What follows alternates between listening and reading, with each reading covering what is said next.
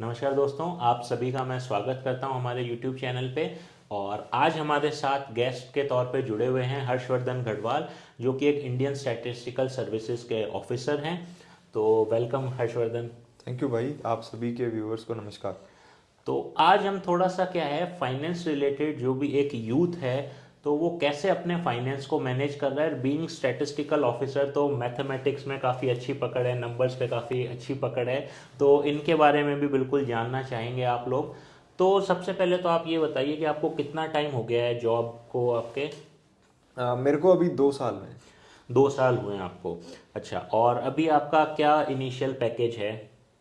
Package तो देखिए, जैसे मेरा बेसिक पे है 59,000 के आसपास, और उसके अलावा अलाउंसेस करके हैं, तो इस हिसाब से कर कर आके मुझे 90 मंथ मिल जाता है। अलाउंस में क्या क्या, जैसे अगर जैसे स्पेसिफिक बात करें। HRA मिलता है, हम्म। और मतलब वो क्योंकि हाउस रेंट में चला जाता है, और उसके अलावा ट्रांसपोर्ट अलाउंस हो गया, और भी कई सारे तो डील आपकी हैं। सेंट्रल गवर्नमेंट की जॉब है, तो अभी आपने कोई क्वार्टर जो है सेंट्रल गवर्नमेंट से ले रखा है या फिर आप अलग से कोई रेंटल प्रॉपर्टी पे रहते हैं। देखिए, सेंट्रल गवर्नमेंट का क्वार्टर भी मिलते हैं, जैसे मेरा ऑफिस यहाँ मानसरोवर में है, बट जयपुर में। जयपुर में विद्याधर नगर में क्वार्टर मिलते हैं। सो वो काफ़ी दूर पड़ जाता है, दूर पड़ 18 से जाता है। 20 किलोमीटर हाँ दूर हाँ। पड़ जाता है। तो फाइनेंशियली भी वाइबल नहीं है, साथ ही हाँ, साथ टाइम भी बहुत ज़्यादा, तो मतलब मैंने traffic time around exact 50 minutes plus हो जाता है। बिल्कुल बिल्कुल, इसीलिए मैंने पास में वहीं पे ले लिया। अच्छा, तो आपके ऑफिस लोकेशन के हम्म पास में आपने क्वार्टर ले लिया, जो सेंट्रल गवर्नमेंट के क्वार्टर है वो हम्म। आपने नहीं लिया। जैसे मेरे को HRA 11 के आसपास मिल रहा है, बट मेरा किराया बेशक 16 जा रहा है, बट वो पास में है, तो क्या है, थोड़ा उतना ही हाँ, तेल का भी तो पैसे बच जाता है। 16,000 आपका जो है वो हाँ, रेंट रेंट लग लग रहा रहा है। है, तो हाँ। जयपुर बेसिकली आपकी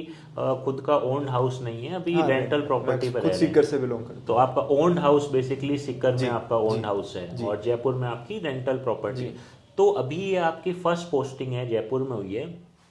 उसके अलावा अगर मेट्रो सिटीज़ की मैं बात करूं, वहाँ अगर आपकी पोस्टिंग होती है, जैसे कि दिल्ली, बॉम्बे, बेंगलोर होती है, तो क्या वहाँ पे आपका जो है सैलरी है उसमें कुछ हाइक होगा मेट्रो सिटीज़ के हिसाब से। जी, वो HRA हमें सिटीज़ के मतलब वो हाँ हाँ। वेरिएबल करता है, कि जैसे मान लीजिए XYZ टाइप के सिटीज़ जो होते हैं, मतलब कैटेगराइज किया है गवर्नमेंट तो ने, एच आर सेंट्रल ए बढ़ता है गवर्नमेंट उसके अलावा, या बढ़ता कुछ है। और भी बढ़ता है एच अगर आर ए मेट्रो सिटीज़ में। मेन तो HRA बढ़ता ओनली है। एच आर ए ही जी बढ़ता जी है, तो जी। उस हिसाब, उस नज़रिए से अगर मैं देखूं तो जयपुर जैसे सिटीज़, जो कि टीयर 2 सिटीज़ में कह सकता हूं, वहाँ पे रहना फाइनेंशियली ज़्यादा अच्छा डिसीजन है बजाय दिल्ली बॉम्बे में रहने के। जी, क्योंकि बट लिविंग कॉस्ट थोड़ी सी कम है, आपको नहीं लगता बीइंग ए स्टैटिस्टिशियन ऑल्सो कि लिविंग कॉस्ट का फ़र्क आता है। हाँ, कह सकते हैं, क्योंकि अगर मान लीजिए दिल्ली में यही अगर मैं होता, तो मैं किसी भी हालत में क्वार्टर में ही रहता। फिर मैं रेंट पे का सोच ही नहीं क्योंकि पाता, रेंट कि भी रेंट वहाँ बहुत पे बहुत ज़्यादा, ज़्यादा है डिफरेंटली। रेंट भी बहुत ज़्यादा हो जाता, आपको पॉकेट से बहुत ज़्यादा स्पेंड करना ऑब्वियसली। पड़ जाता। फिर लिविंग कॉस्ट में आप कितना डिफरेंस मानते हैं कि जयपुर और दिल्ली में, या जयपुर से बॉम्बे में है। देखिए, ये कहना अभी मेरे लिए पॉसिबल नहीं होगा, क्योंकि मैं एज एन ऑफिसर में वहाँ पे दिल्ली में नहीं रहा हूँ। दिल्ली में एज ए स्टूडेंट रहा था, तो नहीं, वहाँ पे बट तो एज अ किल्लत में ही थे पूरे टाइम। स्टैटिशियन ऑल्सो थोड़ा जो भी नॉलेज है उस बेसिस पे, कि अगर क्या आपको लगता है कितना फ़र्क आएगा। देखिए, अगर जैसे जिस जिस एरिया के में होती है मिनिस्ट्रीज, अगर उसके आसपास अगर हम लें, तो यहाँ से तो डबल आराम से रेंट होगा। जैसा और भी लोग अभी रह रहे हैं, तो वो क्या है, तो साथ में मिलके इस ये तरीके से ये रहते हैं। एक तरह से बेनिफिट है टीयर 2 सिटीज़ का। एक तो शांत सिटीज़ होती है, रहना भी लाइक बहुत ही अच्छा है, थोड़ा सा पीसफुल भी रहता है जी। मेट्रो सिटीज़ से, और साथ ही साथ आपका लिविंग एक्सपेंस भी आप कम वो भी आता है। देखिए ना, जैसे मैं अभी सीकर से हूँ, तो अगर मैं सीकर जा रहा हूँ, कभी मान लीजिए महीने में 2 बार जा रहा हूँ, तो यहाँ से वो जाना पास में भी, और पास वहाँ में पे भी मेरे वाइबल को है। क्या है, पैसे कम लग रहे हैं, हाँ जैसे हाँ, गाड़ी सही मोटर के। सही है। अगर दिल्ली में हूँ, तो मैं गाड़ी से जाना एक तो वैसे कम करूंगा, दूसरी चीज मैं ट्रेन वगैरह उसमें जाऊंगा, तो वो एक आने कॉस्ट जाना ऑफ लिविंग तो वो है भी ही। बढ़ जाएगा, हाँ, ट्रैवलिंग एक्सपेंस और भी एक हो जाएगा। ईज ऑफ लिविंग में भी प्रॉब्लम है वहाँ। ईज ऑफ लिविंग में भी है। जी। उसके अलावा अगर मैं बात करूं तो अभी आप मंथली, देखिए 16,000 आपने रेंट बोला, उसके अलावा क्या मेजर एक्सपेंसेस हैं जो आपको अभी बियर करने पड़ रहे हैं। देखिए, अभी मेरी जैसे अप्रैल में ही शादी हुई थी, तो ऑब्वियसली, क्योंकि अभी मैं जैसे न्यूली मैरिड हूँ, और पहली पोस्टिंग है, तो कई सारी जिम्मेदारियां रहती हैं, तो और घर भी नया नया बसाना होता है, तो वो जो कॉस्ट उसकी भी है वो है। बट आप जैसे पहले बात कर रहे थे, उसमें एक चीज़ और मैं डालूंगा। बेशक दिल्ली की जैसे कॉस्ट ज़्यादा हो, बट अपॉर्चुनिटीज़ अगर मैं करियर वाइज बात करूँ तो दिल्ली में डेफिनेटली ज़्यादा है। हाँ, वहाँ मिनिस्ट्री में मेरे को काम करने का मौका मिलेगा, वहाँ की एक्सपीरियंस ज़्यादा है, वो बिल्कुल वर्क है। प्रोफाइल हाँ। वहाँ बेटर होगी। उसके अलावा जैसे अभी आपका मंथली है, क्या टोटल एक्सपेंडिचर आपका हो जाता है जो सैलरी आती है, और कितना आप है उसको सेव कर पा रहे हैं? अब यार अभी तो मैं जैसे जब से मैं जयपुर आया था तो मैंने जैसे हम लोगों ने मिलके देखा था तो मेरा मंथली एक्सपेंडिचर बहुत ज़्यादा जा रहा था, क्योंकि जैसे गाड़ी का मेंटेनेंस हो गया, कुछ हो गया, हाँ, सैलरी से नई 2 या सिटी में 3 महीने सेटल में तो होना। मेरा सैलरी से ज़्यादा एक्सपेंडिचर गया था। और अब थोड़ा जैसे सेटल हो गया, तो अगर लास्ट कुछ महीनों की हाँ, बात अभी भी करूं, हो रहा है वो। उसमें अगर मैं कुछ मेजर खर्चा देखिए हटा देता हूं, जैसे हो गया कोई बड़ा फर्नीचर कुछ परचेज करना, वो अगर मैं हटा दूं तो मंथली एक्सपेंडिचर फिर कितना हो रहा है? वो मैंने ऐसे फिगर आउट करके नहीं देखा, बट देन फिर तो कोई वो बात ही नहीं ना, मतलब मेन चीज़ हमारे कहाँ जा रहे हैं। जैसे मैंने पहले एक बार देखा था, मेरे 1,20,000 या 30 के आसपास गए थे 3 कंटिन्यूस मंथ में, जब मैंने नया यहाँ पे आया तो था। उसमें मेजर किस चीज़ में चले जा रहे हैं? मेन तो जैसे मान लीजिए कोई कभी आपकी गाड़ी खराब हो गई, सर्विस हो गई, उसमें लग गए। उसके अलावा जैसे मान लीजिए आप फर्नीचर लेके आ रहे हैं, उसमें हो गया। आप घर से कुछ सामान शिफ्ट कर रहे हैं, उसके हो गए। ठीक है, इन सब चीज़ों में हो गए। तो अभी तो एक तरह से कि जेब से ही देना पड़ रहा है, खर्चा ज़्यादा ही हो रहा है। और घर पे कुछ आप अभी नहीं भेजते होंगे शायद, क्योंकि अभी इतनी सेविंग भी नहीं हो पा रही है तो। हाँ, घर पे क्योंकि मेरे मम्मी पापा दोनों खुद पेंशनर हैं, तो अभी उनको भी ज़रूरत नहीं है। ज़रूरत भी नहीं है, और अभी आप भी उतना सेव भी नहीं कर हाँ, पा बट रहे हैं। जैसे मान लीजिए छोटे मोटे बिल होते हैं वो मैं पे करता हूँ, क्योंकि ऑनलाइन है तो उनको जैसे पे करना नहीं आता तो मैं तुरंत कर देता हूँ। क्योंकि देखिए क्या होता है कि लोगों की मेंटेलिटी ऐसी हो जाती है कि भाई गवर्नमेंट जॉब है तो सारा पैसा बच ही जाता है, बट फैक्चुअल कुछ और डिफरेंस रहता है। इसीलिए मैं आपसे ये सब चीज़ पूछ रहा हूँ ताकि हमारे व्यूअर्स को भी पता लगे, क्योंकि लोग क्या देखते हैं कि गवर्नमेंट जॉब है इसका मतलब कुछ और करना ही नहीं है, तो वो लोगों को पता होना चाहिए कि डेफिनेटली आप देखिए लाइफ के जो डिफरेंट फेजेस होंगे उसको आपको ढंग से मैनेज करना होगा। अभी जैसे नए नए हैं तो वो लगेगा, इसके लिए मैं मेंटली प्रिपेयर्ड था और मेरे पास उस हिसाब से पहले से सेविंग भी थी, इसीलिए मैं वो ऑब्वियसली ज़्यादा कर पा रहा हूँ, वरना तो कहाँ से करता। और उसके अलावा हम इन्वेस्ट वगैरह भी तो वो देख के ही करते हैं। बिल्कुल। तो अभी अगर मैं आपसे पूछूं तो आप किस किस चीज़ों में इन्वेस्टमेंट जो है अभी आप कर रहे हैं? पीपीएफ और एनएसएस, में mostly tax saving funds tax में सेविंग आप है जा रहे हैं? डेफिनेटली। हाँ, क्योंकि जो एक कैप है जिसमें टैक्स लगता है उसमें हम आ चुके हैं, तो एक तो वो हो गया, और दूसरी चीज़ एक ऐसा इन्वेस्टमेंट है जिसमें थोड़ा बहुत हमें आगे मिल भी जाएगा और रिस्क फ्री भी है हाँ, बेसिकली। रिस्क फ्री है। उसके अलावा शेयर मार्केट में कुछ झुकाव है आपका? शेयर शेयर मार्केट कह दूं या फिर वर्चुअल डिजिटल एसेट्स जैसे बिटकॉइन वगैरह? नहीं, बिटकॉइन वगैरह तो देखिए एज ए गवर्नमेंट ऑफिसर मैं अभी कोई सोच भी नहीं सकता। उसके अलावा अगर बात करें जैसे शेयर वगैरह, तो लॉन्ग टर्म के हिसाब से कुछ छोटे मोटे लेके हूँ, फैमिली की तरफ से एडवाइस हिसाब से कर रखा हूँ।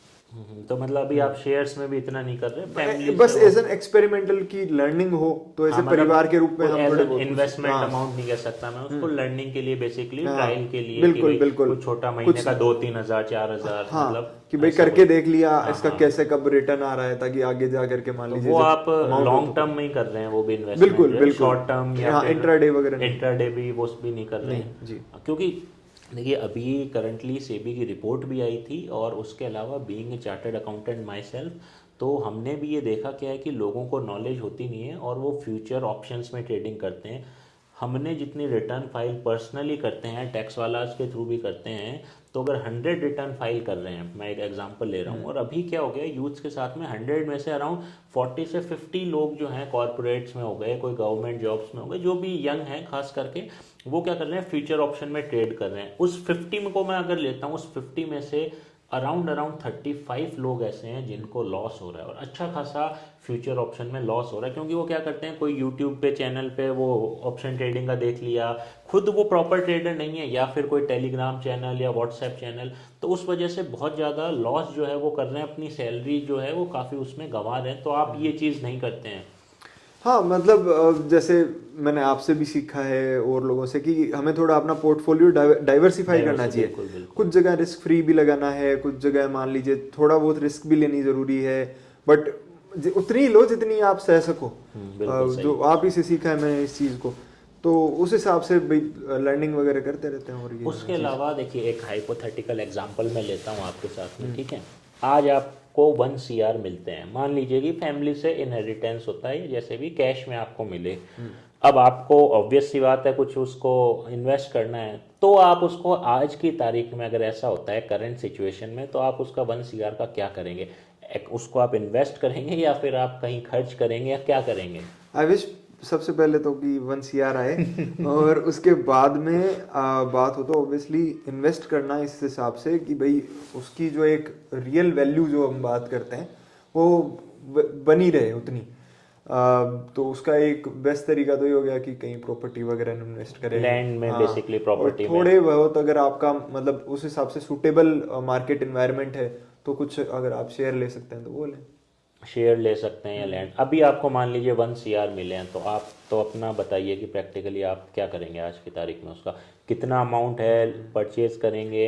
लैंड भी अगर परचेज करेंगे तो कहाँ प्लान, क्योंकि मन में सबके फ्यूचर ऑफ प्लान्स होते ही हैं, चाहे आज उस वो चीज़ नहीं है तो आप कहाँ वो लैंड परचेज करना चाहेंगे, कैसे, क्या प्लानिंग, कुछ अपनी प्लानिंग बताइए। देखो CR पे तो मत जाओ, मैं वैसे आपको परसेंटेज वाइज बताता हूँ कि कितना मैं कहाँ करूँगा। आई ट्राई कि जैसे 50 भी नहीं तो कहता 50 से 70 की रेंज में प्रॉपर्टी में, लैंड प्रॉपर्टी में अगर हो सके तो वहाँ। और प्रॉपर्टी कौन सी, कोई Tier 1 सिटीज़, Tier 2 सिटीज़, कहाँ पे? वो अमाउंट पे डिपेंड करे। जैसे मान लीजिए अगर क्योंकि एंड गोल तो ये होगा, क्योंकि मेरी जैसी जॉब है जो दिल्ली सेंट्रिक ज़्यादा है, अभी उतना पैसा होगा नहीं, और मान लीजिए अगर मिल जाए तो मैं कर लूंगा। हाँ, बट दिल्ली हाँ, पे मिलना मुश्किल है मुश्किल है, जगह। मिलने तब तो भाई हाँ, पूरा तो पूरा भी कर बेसिकली सकते आपको हैं। फ्यूचर गोल है कि दिल्ली में एक मेरे पास में प्रॉपर्टी, हाँ, रेजिडेंशियल प्रॉपर्टी रेजिडेंशियल हो। प्रॉपर्टी हो। हाँ। तो उस हिसाब से क्या करेंगे, अगर मान लीजिए अभी का मैं कंडीशन बता सकता हूँ, हाइपोथेटिकल को एक बार छोड़ते हैं, तो अभी ये है कि आगे का जो मेरा गोल है कि एक नॉर्मल प्रॉपर्टी जो हो, जो ग्रोइंग एरिया हो, वहां पर कुछ खरीद ली जाए, उसके जैसे ही या वैल्यू थोड़े बढ़े। जैसे मान लीजिए कि जयपुर में कोई आउटर एरियाज हाँ, में जहाँ पे अभी थोड़ी सी रेट्स कम है, एग्जैक्टली विद इन, और वेट किया जाए फॉर 5-10 ईयर्स की ये अच्छी वैल्यूएशन जंप आए। ये आप ये कर सकते हैं कि जैसे आप लें कोई बाहर की तरफ और ऐसा एरिया लें जहाँ पे ग्रोथ हो सकती है और थोड़ी बड़ी साइज उसकी बड़ी हो लैंड की। हाँ। और अगर आपका आगे इरादा है मतलब उसकी वैल्यू अगर मतलब अगर जिस हिसाब से कंट्री ग्रो हो रही है, जैसे अपना मार्केट ग्रो हो रहा है, अगर वैसे बढ़ा तो उसकी वैल्यू वैसे ही आपको थोड़ी और बड़ी भी मिल जाएगी, तो आप उस टाइम पे उसे बेच सकते हो, फन ऑप्शन। या फिर अगर आप उसकी साइज बड़ी है तो उसको आधा बेच करके और फिर उस पर कुछ आप चाहो तो कुछ ग्रो मतलब बिल्डिंग वगैरह डेवलप कर सकते भी हो। कर सकते हो। तो being a financial adviser also, कि हम भी क्या कि मैंने जो प्रीवियस रिसर्च की है, तो बहुत शॉकिंग होगा जान के ये लोगों के लिए भी कि जो एग्रीकल्चर लैंड है, क्योंकि बेसिकली आउटर में भी अभी काफ़ी एग्रीकल्चर लैंड लोग परचेज करते हैं, उनकी जो ग्रोथ है मार्केट में वो बहुत ज़्यादा अच्छी हुई है, बेटर रिटर्न्स दिए एग्रीकल्चर लैंड ने, इवन कॉमर्शियल और रेजिडेंशियल लैंड से भी। क्योंकि रीज़न देखिए, मैं भी ये मानता हूँ कि जैसे जैसे इंडिया की पॉपुलेशन बढ़ रही है, तो लैंड जो है बहुत ही ज़्यादा स्केयर्स रिसोर्स है, आप नया लैंड डेवलप कर नहीं सकते हैं, ठीक है। और जैसे जैसे पॉपुलेशन बढ़ रही है तो रिक्वायरमेंट बढ़ रही है लैंड की, इवन फॉर जैसे कॉमर्शलाइजेशन हो रहा है, लैंड की रिक्वायरमेंट बढ़ रही है। तो जो एग्रीकल्चर लैंड है, बड़े एग्रीकल्चर लैंड है, उनकी वैल्यू इंक्रीमेंट का ये एक बहुत बड़ा कारण है। क्योंकि देखिए इसमें कोई बहुत ज़्यादा बड़ी रॉकेट साइंस नहीं है, सीधी सी बात है। सबसे पहले प्राइस उसकी बढ़ेगी जो चीज़ लिमिटेड है, land is a limited resource. Second आती है डिमांड, स्टैटिस्टिक्स का, इकोनॉमिक्स का बेसिक कॉन्सेप्ट है, डिमांड लैंड की बढ़ रही है जैसे जैसे पॉपुलेशन बढ़ रही है, तो उसकी जो वैल्यू बढ़ना बिल्कुल स्वाभाविक है। और मैं ये मानता हूँ कि अदर देन अपने मान लीजिए शेयर्स हो गए, बिटकॉइंस वगैरह, काफ़ी रिस्की इन्वेस्टमेंट है। लैंड का इन्वेस्टमेंट अगर आप प्रॉपर गाइडेंस के साथ करेंगे तो बहुत ही सेफ है, रिस्क फ्री इन्वेस्टमेंट मैं उसको कह सकता हूँ। और उसके अलावा आप उस प्रॉपर्टी को भी डेवलप करके कुछ और रेंटल इनकम भी जनरेट कर सकते हैं इन फ्यूचर, या फिर हो सकता है उसको आप सेल करना चाहें तो वैसे भी आप रिटर्न, दोनों ऑप्शंस आपके पास में रहते हैं। डेफिनेटली। तो और आप हमारे दर्शकों को कुछ इन्वेस्टमेंट एडवाइस देना चाहेंगे एज अ यूथ, कि क्या उनको ध्यान रखना चाहिए और how to control their expenses, या फिर कुछ और एडवाइस?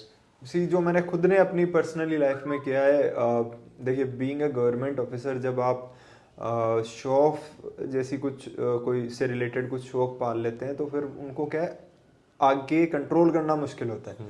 सो मेरा शुरुआत में ये भाई अगर आप ऑफिसर रहते हैं कुछ रहते हैं तो आप जितने ईमानदार रहें उतना सही रहेगा आपके लिए, आपकी पूरे करियर प्रोफाइल में। और उसके लिए ज़रूरी है कि आप ऐसी आदतें और अपने जो एक्सपेंडिचर की हैं वो डाल लें जहाँ पे बेफालतू का फिजूल खर्चा ना हो। फिजूल खर्चा नहीं। तो उस हिसाब से भाई जितनी अगर मेरी सैलरी है उस हिसाब से मैं फ़ोन रखता हूँ, उस हिसाब से आप अपने आप को फोन मेंटेन कौन करें। सा अभी आप यार यूज मेरे कर रहे पास हैं? तो काफ़ी पुराना है, मतलब जब मैं कॉलेज में था तब का खरीदा हुआ है। तो अभी तक आपने चेंज नहीं किया क्योंकि अच्छा वर्क कर अच्छा रहा है खासा अभी? चल रहा है, देयर इज नो रीजन। कोई ऐसा एंड्रॉयड फोन है? एंड्रॉयड फोन है, कोई अच्छा। वो नहीं है भाई आपकी तरह, वो तो है नहीं आईफोन रख ले बट यही मेन है कि भाई हाँ, जैसे अगर आपको कुछ मिल रहा है सैलरी के अंदर तो उसको इन्वेस्ट करना है। उसके अलावा फालतू की कंजूसी भी नहीं, क्योंकि आपको आज के टाइम में अगर ग्रोथ करनी हो तो खुद पे भी आपको पैसा लगाना पड़ेगा। आपको एक बहुत अच्छी हेल्दी डाइट के ऊपर आई थिंक बहुत शानदार एक्सपेंडिचर करना चाहिए।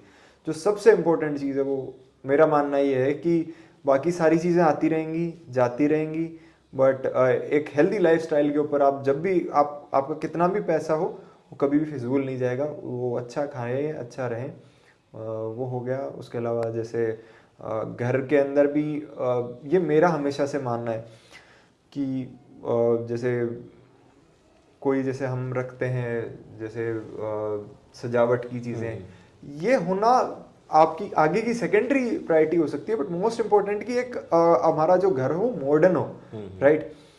जैसे विवेकानंद जी ने कहा है कि मॉडर्न और वेस्टर्न में जो डिफरेंस है कि भाई बीइंग मॉडर्न इज अबाउट आप जो लेटेस्ट साइंस एंड टेक्नोलॉजी है उससे अपनी लाइफ को कितना ईज कर पा रहे हैं, राइट।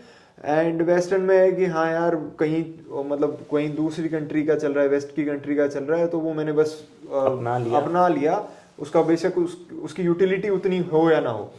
तो टेक फॉर एग्जांपल अगर आपके घर है, आप जैसे मान लीजिए मशीनरीज हो गई घर के अंदर, जैसे वॉशिंग मशीन हो गई या फिर कुछ और चीज़ हो गया, रेफ्रिजरेटर हो गया, आपका लैपटॉप हो गया, आपका फ़ोन हो गया, ये आपको एक मतलब आपकी लाइफ में एक ईज लेके आ रहे हैं। और जो फीमेल वर्किंग है वो लेट से फीमेल है, इनफैक्ट मेल भी है, अगर आप लेट से डिश वॉशर पे इन्वेस्ट कर रहे हैं that's also pretty good idea, क्योंकि उससे आपका काफ़ी टाइम बच रहा है। आप भाई इन सब चीज़ों के अंदर आप करते हैं तो मेरे को नहीं लगता कि वो गलत फिजूल खर्चा है। बट अगर ऐसे कर दिया कि हाँ यार ज़रूरत है नहीं और आप फोन लेके आ रहे हो 1 लाख का बाहर, या फिर हो गया फॉरेन ट्रिप्स हो गया अभी अननेसेसरी, ठीक है, वो करना मतलब काफ़ी लोग करते हैं और क्योंकि बड़ा एक्सपेंडिचर है, ठीक है।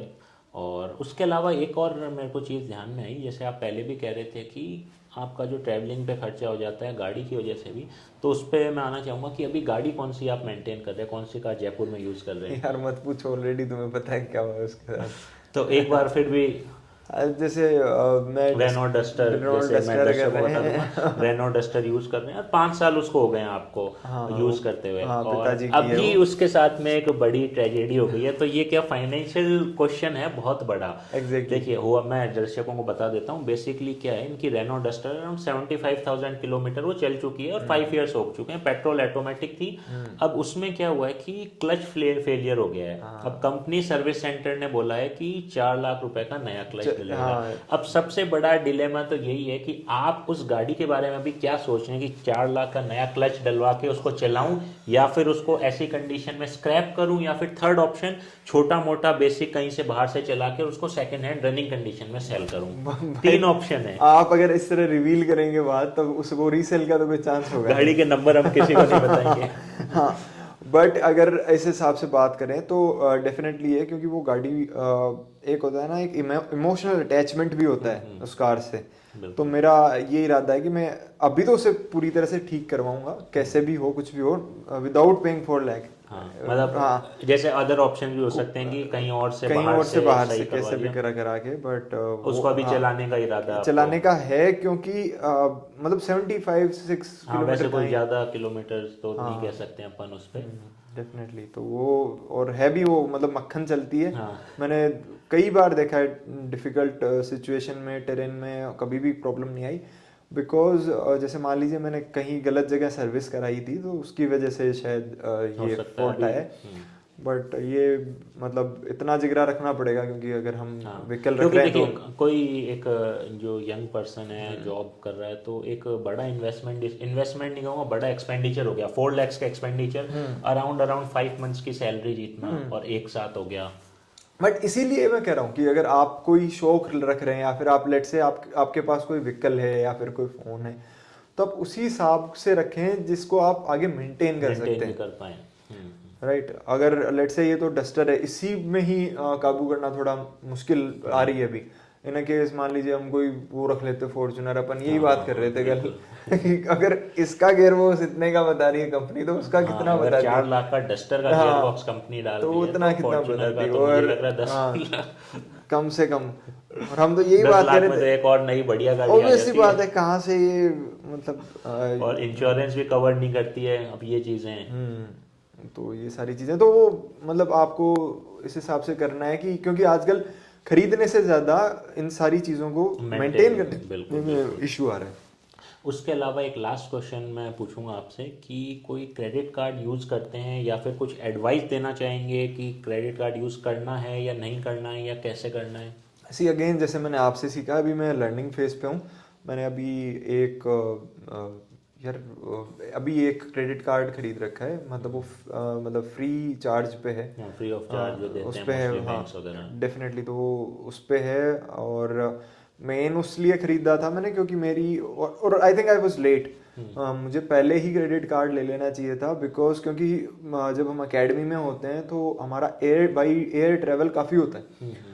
तो उसमें आप जैसे एयरपोर्ट के ऊपर हैं तो जैसे लाउंज एक्सेस हो गया, ये सारी चीज़ें हो गई, इनको यूज़ करने में मतलब क्रेडिट कार्ड विल एक ही डेफिनेटली। क्रेडिट कार्ड है आपके पास अभी में, एक ही है। आप कहेंगे कि भाई लोगों को रखना चाहिए, कुछ बेनिफिट्स हैं। डेफिनेटली, जो मतलब जो बेनिफिट हैं आप उनको देख लीजिए, स्टडी कर लीजिए, एंड अकॉर्डिंगली आपको क्रेडिट कार्ड कम से कम एक तो रहना ही चाहिए आपके एक रहना चाहिए, बट उसका जो यूसेज है, क्योंकि देखिए क्रेडिट कार्ड क्या है कि अभी यंग जो जनरेशन है, हमारी जनरेशन है, नई जॉब जिनकी लगी है, तो काफ़ी बार हो जाता है खर्चा ज़्यादा हो जाता है, या फिर क्रेडिट कार्ड होता है तो आदमी ओवर स्पेंड कर देता है, तो उस चीज़ से बचना चाहिए। बट आप लिमिट उस हिसाब से रख सकते हो ना क्रेडिट कार्ड की। हाँ, बट फिर भी अगर मान लीजिए किसी की लिमिट भी ज़्यादा है तो ओवर स्पेंड होना हो जाता है, तो उस चीज़ का एक ध्यान को रखा जाए। उसके अलावा क्रेडिट कार्ड्स के बेनिफिट भी हैं, देखिए हर चीज़ के आपको प्रोज एंड कॉन्स दोनों होते हैं, तो same cheese same thing goes for credit card also. Definitely, फिर उस केस में जैसा है कि एक फाइनेंशियल डिसिप्लिन हमें जीवन में रखने की हमेशा से ज़रूरत रही है, तो वो तो करना ज़रूरी है। वो आप क्रेडिट कार्ड रखें, कुछ भी रखें, बिना क्रेडिट कार्ड के भी मैंने ऐसे लोग देखे हैं जो भाई खींच के पैसे उड़ा रहे हैं, एंड क्रेडिट कार्ड वाले शायद मैंने कुछ जो देखे हैं वो कुछ थोड़े स्मार्ट देखे हैं। चलिए, तो बहुत ही अच्छा लगा हर्षवर्धन के साथ में इस डिस्कशन में। धन्यवाद आपका। बहुत बहुत धन्यवाद आपका।